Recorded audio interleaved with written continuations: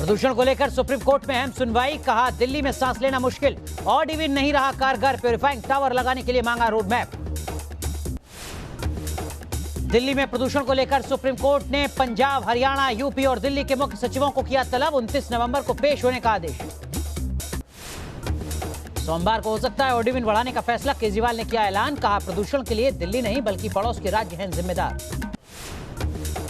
Delhi NCR में और ज्यादा बढ़ा प्रदूषण, दिल्ली के कई इलाकों में 600 तक पहुंचा air quality index, Ghaziabad, Noida और गुरुग्राम में भी हालात खराब। पूर्व वित्त मंत्री पी चिदम्बरम को दिल्ली हाईकोर्ट से राहत नहीं, कोर्ट ने जमानत अर्जी की खारिज, चिदम्बरम को अभी तिहाड़ जेल में ही रहना होगा। महाराष्ट्र में सरकार बनाने का फॉर्मूला तय, सोनिया गांधी और अहमद पटेल की हुई मुलाकात, कल राज्यपाल से मिलकर सरकार बनाने का दावा पेश करने की तैयारी। महाराष्ट्र में सरकार बनाने को लेकर शरद पवार का बयान, कहा 5 साल तक स्थिर चलेगी सरकार, सरकार बनाने का दावा जल्द करेंगे पेश। लोकसभा अध्यक्ष ओम बिरला ने 16 नवंबर को बुलाई सर्वदलीय बैठक, 18 नवंबर से शुरू हो रहा है संसद का शीतकालीन सत्र। भारत चीन सीमा पर पहुंचे रक्षा मंत्री राजनाथ सिंह, अरुणाचल में बॉर्डर पर सैनिकों से की मुलाकात, बुमला पोस्ट का दौरा कर जवानों का बढ़ाया हौसला। बॉर्डर पर फिर सामने आई पाकिस्तान बैट आर्मी की साजिश, आतंकी मसूद अजहर के रिश्तेदार के जरिए दहशत फैलाने की कोशिश, सूत्रों के हवाले से खबर। जेएनयू में स्वामी विवेकानंद की मूर्ति पर सियासत, आज एबीवीपी के छात्रों ने मूर्ति पर चढ़ाया फूल माला, मामला दर्ज करने पर दिल्ली पुलिस ले रही है कानूनी राय। बिहार के बक्सर में सांसद और केंद्रीय मंत्री अश्विनी चौबे के खिलाफ प्रदर्शन, जिला अस्पताल में अल्ट्रासाउंड मशीन खराब होने के खिलाफ लोगों ने किया घेराव, गुस्साए मंत्री जी ने दी चेतावनी। यूपी में आज से प्रीपेड स्मार्ट मीटर योजना की शुरुआत, ऊर्जा मंत्री श्रीकांत शर्मा ने अपने घर से किया आगाज, का योजना का मकसद लोगों को सस्ती बिजली देना। आंध्र प्रदेश के अनंतपुर में सहायक इंजीनियर के घर पर एसीबी की रेड, 4 करोड़ से ज्यादा की संपत्ति का खुलासा। चेन्नई में एयरपोर्ट पर कस्टम विभाग को बड़ी कामयाबी, 1 करोड़ 33 लाख के गोल्ड बार जब्त, पकड़े गई युवक से पूछताछ जारी। देश के कई हिस्सों में मौसम ने ली करवट, कश्मीर और हिमाचल में भी भारी बर्फबारी, बाड़मेर में हुई ओला गिरने से सैकड़ों हेक्टेयर की फसल बर्बाद। बेंगलुरु में गो एयर के विमान का इमरजेंसी टेक ऑफ, रनवे पर लैंडिंग के दौरान विमान फिसलने पर पायलट ने दिखाई सूझबूझ, 11 नवंबर का है वीडियो। यूपी के पिलखुआ में स्कूटी चोरी का हैरान करने वाला वीडियो आया सामने, घर के बाहर खड़ी छात्रा की स्कूटी चोर लेकर हुआ फरार। लता मंगेशकर की हालत में अब सुधार, जल्द मिल सकती है अस्पताल से छुट्टी, राज ठाकरे ने अस्पताल जाकर जाना लता जी का हालचाल। इंदौर टेस्ट में मयंक अग्रवाल ने लगाया दोहरा शतक, करियर का दूसरा दोहरा शतक जड़ा, अभी भी क्रीज पर मौजूद, भारत का स्कोर 4 विकेट पर 350 रन के बाद।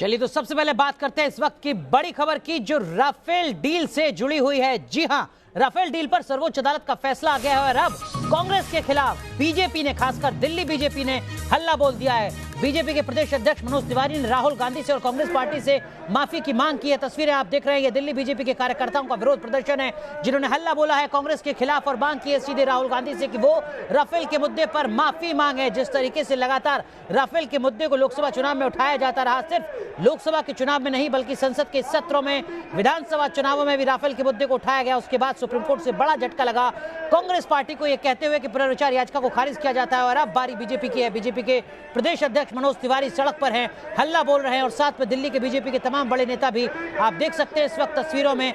सीधा हमला कांग्रेस पार्टी पर और सीधा सवाल राहुल गांधी से कि राहुल गांधी राफेल पर माफी क्यों नहीं मांगते हैं। 2 तस्वीरें आपके सामने दिल्ली में विरोध प्रदर्शन की देखिए जरा। ये भारतीय जनता पार्टी की दिल्ली प्रदेश इकाई के कार्यकर्ता हैं जो पहुंचे हैं यहाँ पर।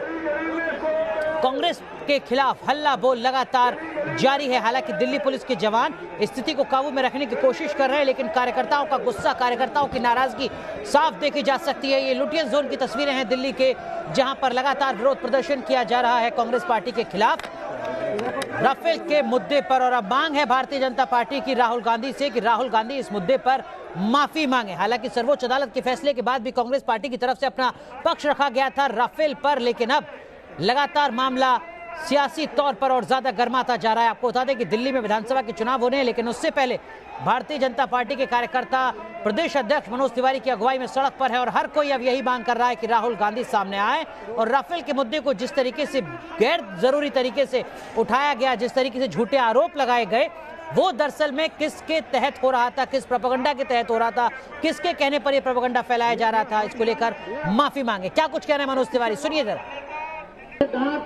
और लगातार भ्रष्टाचार के खिलाफ वो चोट पहुंचा रहे हैं। ऐसे प्रधानमंत्री पर बिना आधार राहुल गांधी ने जो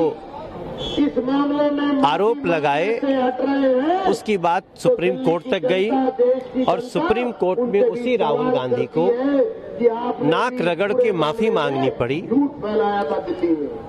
सुप्रीम कोर्ट में माफी मांग चुके हैं। अब वो दिल्ली के और देश की जनता के सामने माफी मांगे। जब तक वो माफी नहीं मांगेंगे, भारतीय जनता पार्टी और देश के नागरिक उनको माफ नहीं करेंगे। चलिए आगे बढ़ते हैं और बात करते हैं एक बार फिर देश की राजधानी दिल्ली की, जहां पर ऑड इवन पर सुप्रीम कोर्ट ने बड़ी फटकार लगाई है। दिल्ली में ऑड इवन नाकामयाब साबित हुआ है, ये बात कही है सर्वोच्च अदालत ने। दोपहिया और तीन पहिया गाड़ियों को छूट क्यों दी गई, ये सवाल पूछा है दिल्ली सरकार से। पंजाब, हरियाणा, उत्तर प्रदेश और दिल्ली के मुख्य सचिवों को तलब भी किया है सर्वोच्च अदालत ने। आपको बता दें कि इन चारों राज्यों से भी सुप्रीम कोर्ट ने अब जवाब मांगा है स्मॉग के चलते, दिल्ली के बिगड़ते हालात के चलते। और सीधा सवाल ऑड इवन पर यह कहते हुए कि ऑड इवन से जिस तरीके के दावे किए जा रहे थे वो बहुत ज्यादा प्रभावी नजर नहीं आ रहे हैं। दिल्ली में ऑड इवन नाकामयाब साबित होती जा रही है, तो ऑड इवन को स्थायी समाधान नहीं है, ये बात कही है सर्वोच्च अदालत ने। ऑड इवन से निचले तबके के लोग ज्यादा प्रभावित हुए हैं, यानी उनको मुश्किलें ज्यादा आई हैं, ये बात कही है सर्वोच्च अदालत ने। साथ ही साथ कहा है कि ऑड इवन से अमीरों पर कोई असर नहीं पड़ रहा है। जिनके पास 2 गाड़ियां हैं, जो टैक्सी अफोर्ड कर सकते हैं, जो पब्लिक ट्रांसपोर्ट को अफोर्ड कर सकते हैं, उनको किसी भी तरीके की कोई दिक्कत नहीं है। निचले तबके के लोग खासे परेशान हुए हैं। पब्लिक ट्रांसपोर्ट को बेहतर करने की जरूरत है, यह सवाल भी यहां पर सुप्रीम कोर्ट की तरफ से किया गया है। पब्लिक ट्रांसपोर्ट की बेहतरी के लिए कोई काम क्यों नहीं हुआ, यह सवाल पूछा है दिल्ली सरकार से। जाहिर सी बात है कि इन सरकार से भी यह जवाब मांगा जाएगा। तो दरअसल में सर्वोच्च अदालत जब ऑड इवन पर सवाल खड़ा कर रहा है, तब इस सब के बीच ये समझना बेहद जरूरी है कि दिल्ली एनसीआर में प्रदूषण का लेवल सबसे खतरनाक स्तर पर पहुंच गया है। राजधानी में कई जगहों पर एयर क्वालिटी इंडेक्स 500 के करीब पहुंच गया। वहीं नोएडा और गाजियाबाद में भी आबो हवा जहरीली होती जा रही है। यहां के प्रदूषण का स्तर भी 500 के पास पहुंच गया है। स्मॉग की वजह से विजिबिलिटी काफी कम हो चुकी है। इसी के चलते दिल्ली में बढ़ते प्रदूषण और ऑड इवन पर आज सुप्रीम कोर्ट में सुनवाई हुई और सुप्रीम कोर्ट ने केंद्र और राज्य सरकार को फटकार लगाई। कहा कि सरकारें प्रदूषण रोकने को लेकर गंभीर नहीं है। इस बीच आपको बता दें कि दिल्ली में ऑड इवन की म्याद आज खत्म हो रही है। खबरें हैं कि सोमवार से नए सिरे से विचार किया जा सकता है। तो आज प्रदूषण पर शहरी विकास मंत्रालय की संसदीय स्टैंडिंग कमेटी की बैठक हुई, जिसमें कई सांसद नदारद रहे। बैठक में ना पहुंचने वालों में पूर्वी दिल्ली से सांसद, बीजेपी के सांसद और पूर्व क्रिकेटर गौतम गंभीर भी रहे। इस मसले पर आम आदमी पार्टी ने उन पर निशाना साधा है। आपने पूछा है कि क्या प्रदूषण को लेकर गंभीर कमेंट्री बॉक्स तक ही गौतम गंभीर की गंभीरता सीमित है। दरअसल में 3 तस्वीरें हम आपको दिखा रहे हैं। जो तस्वीर यहां पर आप गौतम गंभीर की देख रहे हैं, वो तस्वीर दिल्ली की नहीं है। दिल्ली से बाहर गौतम गंभीर इस वक्त मौजूद है क्रिकेट मैच की कमेंट्री करने के लिए। साथ में उनके बाकी खिलाड़ी नजर आ रहे हैं और इसी तस्वीर के आधार पर आम आदमी पार्टी हमलावर है, हमला कर रही है गौतम गंभीर पर। लेकिन सवाल यह कि प्रदूषण पर बात, एक्शन कब? दरअसल में आज सर्वदलीय जो स्टैंडिंग कमेटी होती है पार्लियामेंट की, उसकी बैठक बुलाई गई थी। अलग अलग मंत्रालयों की स्टैंडिंग कमेटी होती है, जिस बैठक में सिर्फ अधिकारी नहीं बल्कि कई सांसद भी नदारद रहे। और जो बड़ी बात है वो ये कि इस कमेटी के जो सांसद सदस्य होते हैं वो इस बैठक में नहीं पहुंचे। सीनियर अधिकारियों की जगह भी डिप्टी सेक्रेटरी को भेजा गया। इस पूरे मुद्दे पर अब जो कमेटी के चेयरमैन हैं उन्होंने नाराजगी जताई है और गौतम गंभीर पर सवाल इसलिए क्योंकि वो दिल्ली से सांसद हैं, जहां पर हालात लगातार बिगड़े हुए हैं। लेकिन इन सब के बीच दिल्ली में प्रदूषण के लिए अरविंद केजरीवाल ने पंजाब को जिम्मेदार ठहराया है। केजरीवाल के इन आरोपों का मनोज तिवारी ने जवाब दिया है।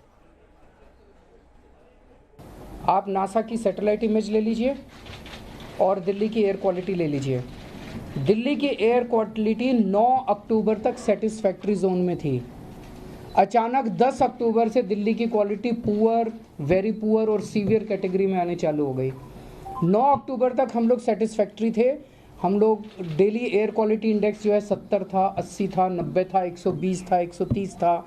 लेकिन अचानक 10 अक्टूबर से हम लोग 200 के ऊपर क्रॉस कर गए। 200, 300, 400, 500, 600 पहुंच गया एयर क्वालिटी इंडेक्स जो है। और नासा की इमेजेस दिखाती हैं 10 अक्टूबर से ही वो पराली के जो रेड स्पॉट्स हैं इमेज के ऊपर वो आने चालू हो गए। There is a direct correlation between the two. तो वो सुप्रीम कोर्ट के आदेश के बावजूद अगर पड़ोसी राज्य उस पर बंद नहीं कर रहे पराली, तो दिल्ली के लोग आखिर क्यों सफ़र करें और कब तक सफ़र करें? देखिए, दिल्ली में जो प्रदूषण की मार झेल रहे हैं, इसका जवाबदारी आम आदमी पार्टी का है। अरविंद केजरीवाल जी जवाब दें कि उन्होंने इस प्रदूषण को हटाने के लिए, कम करने के लिए क्या किया। अभी सुबह सुबह हमने जानकारी दी है थ्रू सोशल मीडिया कि दिल्ली में पेरीफेरल रोड बना करके 15 लाख गाड़ियों को दिल्ली से बाहर किया, ट्रकों को, केंद्र सरकार ने। और दिल्ली में पानियों का छिड़काव ईडीएमसी के ट्रक कर रहे हैं सड़कों पे, जिससे धूल मार रहे हैं, वो कर रही है एमसीडी। हम लोगों ने 100 करोड़ रुपया ला करके और कूड़े का जो पहाड़ है भलसुआ, गाजीपुर और ओखला, उसको समाप्त करने का उपक्रम शुरू किया बीजेपी की लेड एमसीडी ने। कई ऐसे हाईवेज बना करके हम लोगों ने गाड़ी कंजेशन को तेज किया, कंजेशन समाप्त किया। ये सब कर रही है बीजेपी की सरकार या बीजेपी की एमसीडी। आम आदमी पार्टी सरकार ने क्या किया, ये सवाल वो जवाब दे। हमने तो अपना काम किया ही है और हमने सारी रिपोर्ट दे दी है। तो सवाल हर किसी के पास है, दलीलें हर किसी के पास है, लेकिन इन सब के बीच ये सबको दिख रहा है कि दिल्ली एनसीआर में हालात लगातार बिगड़ते जा रहे हैं। और दिल्ली एनसीआर की इसी तस्वीर के बीच दिल्ली में एक ऑक्सीजन बार खुली है। क्या है ये ऑक्सीजन बार? हमारे सहयोगी सूरज अरोड़ा की ये रिपोर्ट देखिए। दिल्ली एनसीआर में अब तक आपने देखा और सुना होगा कि युवाओं का जो आकर्षण है वो हुक्का बार की ओर बढ़ रहा है।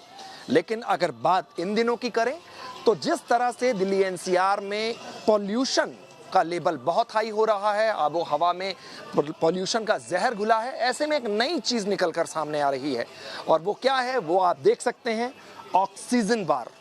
राजधानी दिल्ली के एक मॉल की तस्वीरें हम आपको दिखा रहे हैं, जहां पर बाकायदा फ्रेश एयर के लिए ऑक्सीजन जो बार हैं वो खुले हैं। यानी कि हुक्का बार के बाद अब ऑक्सीजन बार। किस तरह से ये काम करता है वो दिखाने की आपको कोशिश करते हैं, साथ ही बताने की हमारे साथ बोनी है जो ऑनर हैं इस बार के।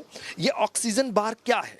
ये हम लोग ऑक्सीजन दे रहे हैं अरोमा के साथ 15 मिनट के लिए, और बॉडी को रिलैक्स करने के लिए, एनर्जेटिक होने के लिए। अभी तो पोल्यूशन भी ज़्यादा हो गया और पोल्यूशन को रिलीफ करने के लिए ऑक्सीजन से मिलता है, इसलिए आजकल तो कस्टमर भी ज़्यादा आने लगा है। यही फ़ायदा है, कस्टमर ज़्यादा आने लगा है। लेकिन ये किस तरह से काम करता है ये बताइए। हम लोग को यहीं पे मशीन है, मशीन से यहीं पे डालकर यहीं पे हम कस्टमर को दे रहा है कनूला के साथ। ये पाइप ट्यूब को कनूला बोलता है, ये ट्यूब से हम लोग देता है यहीं पे 15 मिनट के लिए।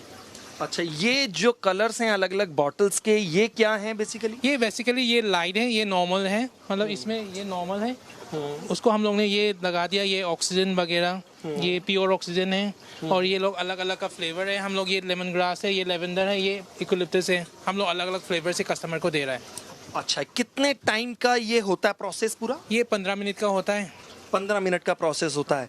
किस तरह की फीलिंग्स अगर आपसे हम बात करें, पहले क्या फ़र्क था और अभी क्या लग रहा है? पहले से जैसे बाहर से मैं आया था तो मुझे बहुत ज़्यादा अजीब सा फील हो रहा था, गले में बहुत खराश सी लग रही थी, बाहर सांस लेने में भी दिक्कत हो रही थी। बट ये ऑक्सीजन लेने के बाद काफ़ी रिफ़्रेश फील हो रहा है, जो उसकी फ्रेगनेंस है बहुत अच्छी लग रही है और अच्छा फील कर रहा हूँ इस टाइम पे। जैसे कहो तो लंग्स में जान सी आने लगी, ऐसा फील हो रहा है, बहुत अच्छा लग रहा है। जिस तरह से एनसीआर और दिल्ली की आबो हवा में पॉल्यूशन का जहर घुला है, उसके बाद से इस तरह का प्रचलन अब और भी ज़्यादा बढ़ता दिखाई दे सकता है।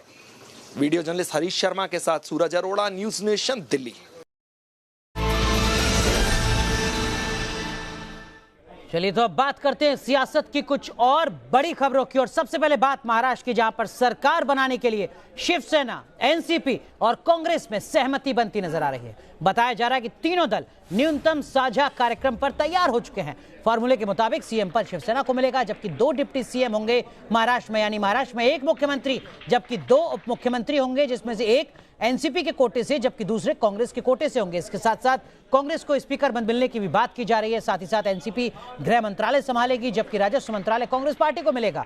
साथ ही शिवसेना को वित्त मंत्रालय दिए जाने की बात भी सामने आ रही है।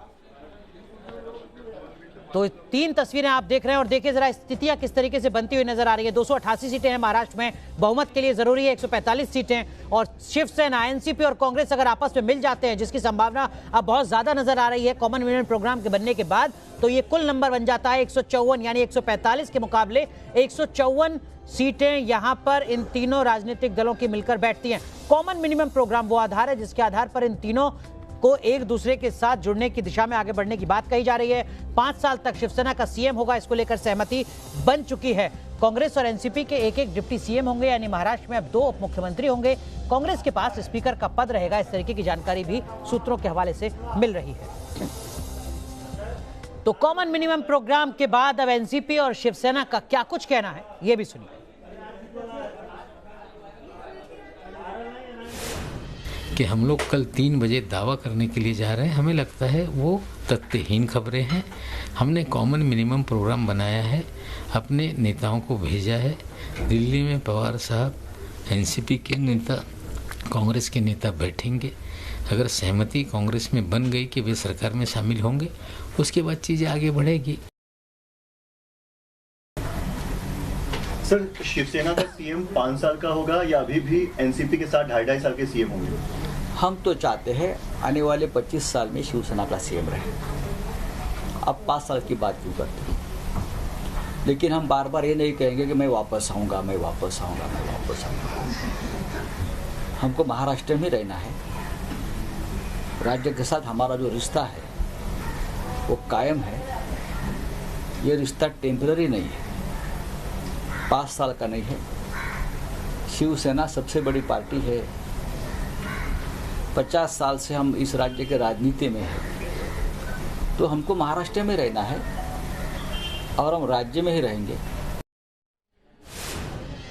चलिए, तो सुना आपने, शिवसेना के प्रवक्ता संजय राउत कह रहे हैं कि उनकी एक ख्वाहिश है, उनकी एक कोशिश रहेगी कि अगले 25 साल तक महाराष्ट्र में मुख्यमंत्री शिवसेना का हो। एनसीपी के नेता को भी आपने सुन लिया, लेकिन कांग्रेस के नेता इस पूरे घटनाक्रम पर क्या कुछ कह रहे हैं। हमारी सहयोगी श्वेता घुमसे ने कांग्रेस के स्थानीय वरिष्ठ नेता से बात की, आप भी देखिए। कांग्रेस के बड़े नेता विजय वडेट्टीवार मेरे साथ मौजूद है। सर, क्या बताना चाहेंगे अब की रणनीति? यदि महाराष्ट्र की सियासत बड़ी पेचीदा है, कांग्रेस, शिवसेना और राष्ट्रवादी एक तबके में है, एक साथ में खड़ी है। देखिए, हाईकमान के निर्देश पे आगे की कार्रवाई होगी। सवाल इतना ही आता है कि आज महाराष्ट्र में 12 करोड़ जनता और जो किसान आज परेशानी का सामना कर रहा है, जो अकाली बारिश से जितना नुकसान हुआ है, किसान के आंखों में आज आंसू है। ऐसी स्थिति में सरकार जल्द से जल्द गठन हो, ये सब लोगों की इच्छा है। उसी को ध्यान में रखते हुए हम आगे बढ़ रहे और मुझे लगता है कि जल्द से जल्द इसके ऊपर निश्चित रूप से सरकार गठन की ओर कार्रवाई होगी। जो भी प्रक्रिया जो है महाराष्ट्र की जनता के लिए सरकार गठन जल्द से जल्द कर रहे हैं। विजय वडेट्टीवार मेरे साथ में थे। वीडियो जर्नलिस्ट अनिल शिंदे के साथ श्वेता घुमसे, न्यूज नेशन, मुंबई। चलिए बात करते हैं बक्सर से बीजेपी सांसद और केंद्रीय मंत्री अश्विनी चौबे की, जो अपने संसदीय क्षेत्र में पहुंचे थे जन सुनवाई के लिए। लेकिन मंत्री जी भड़क उठे, वजह बहुत खास या कहिए बहुत सामान्य। दरअसल में जिला अस्पताल में पहुंचे थे केंद्रीय मंत्री अश्विनी चौबे, लेकिन यहां के लोगों ने जिला अस्पताल के अल्ट्रासाउंड के मशीन के खराब होने की शिकायत की। ये सुनकर अश्विनी चौबे गुस्सा हो गए और शिकायतकर्ताओं से उलझ गए। तस्वीरें बिहार के बक्सर की, जहां पर अश्विनी चौबे पहुंचे थे लोगों की बातें सुनने के लिए, लेकिन जब लोगों ने शिकायत की तो मंत्री जी को गुस्सा आ गया। कई महीने से 10 महीने से अल्ट्रासाउंड मशीन सदर अस्पताल में आके और डिजिटल एक्सरे पड़ा है, अभी तक शुरू नहीं हुआ। पिछले 2 महीने पहले जब इनका जनता दरबार लगा था वहाँ पे भी मैंने इनसे मांग किया था, लिखित मांग किया था और इन्होंने आश्वासन भी दिया था कि 1 महीने के अंदर वो अल्ट्रासाउंड मशीन शुरू हो जाएगा, लेकिन 2 महीना से ज़्यादा का समय बीत गया। और आज जब हस्तलिखित पोस्टर लेके हम लोग यहाँ पे खड़े थे, वो आते आते फड़क के हमको धक्का देने लगी, दिव्यांग साथियों को भी धक्का देने लगे। उधर रक्षा मंत्री राजनाथ सिंह आज भारत चीन की फॉरवर्ड पोस्ट पर पहुंची और जवानों की हौसला अफजाई की। तस्वीरें जो हम आपको दिखा रहे हैं वो बुमला पोस्ट के दौरे की हैं। यहाँ पर रक्षा मंत्री ने जवानों से मुलाकात की और उनका हौसला बढ़ाया। 3 तस्वीरें आपके सामने। देश के रक्षा मंत्री राजनाथ सिंह जो पहुंचे जवानों का हौसला बढ़ाने के लिए, और ये जगह है अरुणाचल प्रदेश की बुमला बॉर्डर की, यानी चीन से सटी हुई सीमा, जहां पर तस्वीरें आप देख रहे हैं रक्षा मंत्री राजनाथ सिंह की जो जवानों के साथ मौजूद हैं और हर कोई एक सुर में एक साथ बोल रहा है जोश के साथ, भारत माता की जय। सीधा संदेश पड़ोसी मुल्क चीन को कि किसी भी तरीके की नापाक साजिश करने की कोशिश ना करे।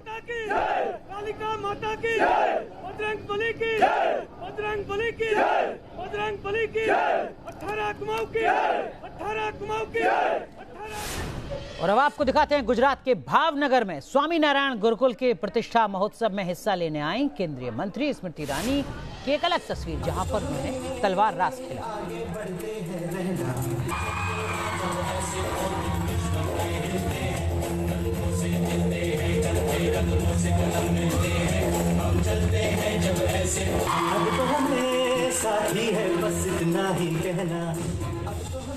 उधर बेंगलुरु में गो एयर के विमान की इमरजेंसी टेक ऑफ की खबर सामने आई है। दरअसल लैंडिंग के दौरान विमान फिसलने लगा और पायलट ने सूझबूझ दिखाते हुए इमरजेंसी टेक ऑफ कर लिया। 11 नवंबर की घटना बताई जा रही है। दरअसल में नागपुर से बेंगलुरु ये प्लेन आया था। इस विमान में बैठे सभी यात्री सुरक्षित रहे। डीजीसीए ने अब इस मामले की जांच के आदेश दे दिए हैं। तस्वीरें आप देख रहे हैं बेंगलुरु एयरपोर्ट की, जहां पर विमान की इमरजेंसी टेक ऑफ कराना पड़ा क्योंकि रनवे पर विमान फिसल गया था। अब मामले की जांच के आदेश दिए गए हैं। अगर आपने अभी तक हवा में उड़ने वाला इंसान नहीं देखा तो हम आपको दिखाते हैं तस्वीरें ब्रिटेन के ब्राइटन शहर की हैं, जहां जेटसूट पहने एक शख्स ने गिनीज बुक ऑफ रिकॉर्ड में रिकॉर्ड बनाया है। ब्रिटेन के रिचर्ड ब्राउनिंग ने करीब 85 मील प्रति घंटे की रफ्तार से उड़ान भरी। रिचर्ड ने जेटसूट पहनकर उड़ान भरने का अपना ही पिछला रिकॉर्ड तोड़ दिया।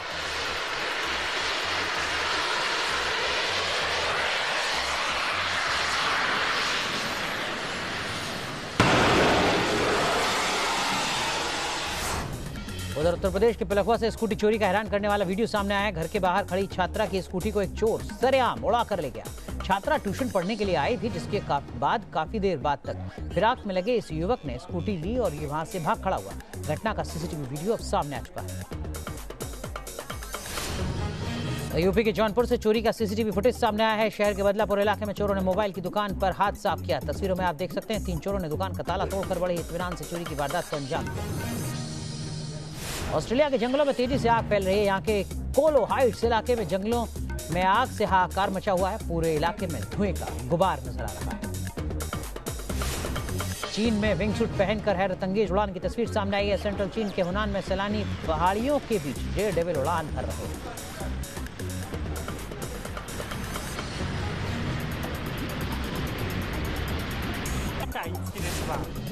चलिए तो 4:40 खबर में बस इतना ही, लेकिन आप बने रहिए न्यूज नेशन के साथ, क्योंकि खबरों का सिलसिला यहां कभी नहीं